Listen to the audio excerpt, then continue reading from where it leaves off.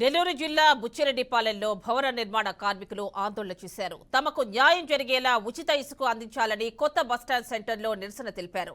ఇసుక పాలసీలో కూటమి ప్రభుత్వం వైఫల్యం చెందిందని బంకా తిరుపతి రెడ్డి ఆరోపించారు.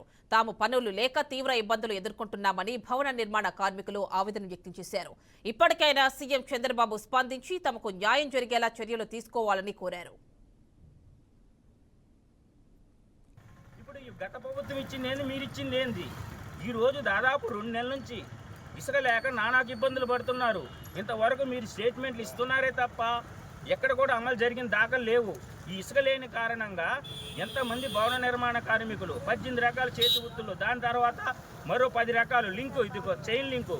ముందర ఈరోజు బేల్దార్ పనులు స్టార్ట్ చేసిన తర్వాత బేల్దార్ పొయ్యి పని, సెంట్రింగ్ పని, పాలిష్ పని, కంకర పని, వీళ్ళందరికీ 18 రకాల చేతి వృత్తుల వారికి పని జరగద్ది.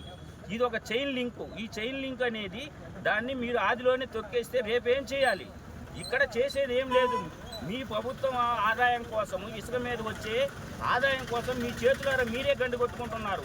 ఇక్కడ ఇప్పుడు మొదలవుతే రేపు సబ్ రిజిస్టర్ ఆఫీస్కి, రిజిస్ట్రేషన్ శాఖకి ఎంతో ఆదాయం వస్తుంది, సిమెంట్ అంగళ్ళకు ఆదాయం వస్తుంది. ఈ ఇసుక అనే 3 అక్షరాల పదానికి చాంతాడంత చరిత్ర ఉంది. కానీ మీ చేతులారా మీరే ప్రభుత్వం ఆదాయాన్ని గండి కొట్టుకుంటున్నారని పత్రికా ముఖంగా ఈరోజు చంద్రబాబు నాయుడు గారికి తెలియపరుస్తున్నాను. అలాగే ఈరోజు ఈ ఇసుక గురించి మీరు చేసే ప్రకటనలు సరిగా లేవు. తక్షణమే అమలు చేయండి. ఏంటి మీరు అవగాహన లేనిది? ఇసుక అనేది ప్రకృతి సంపద.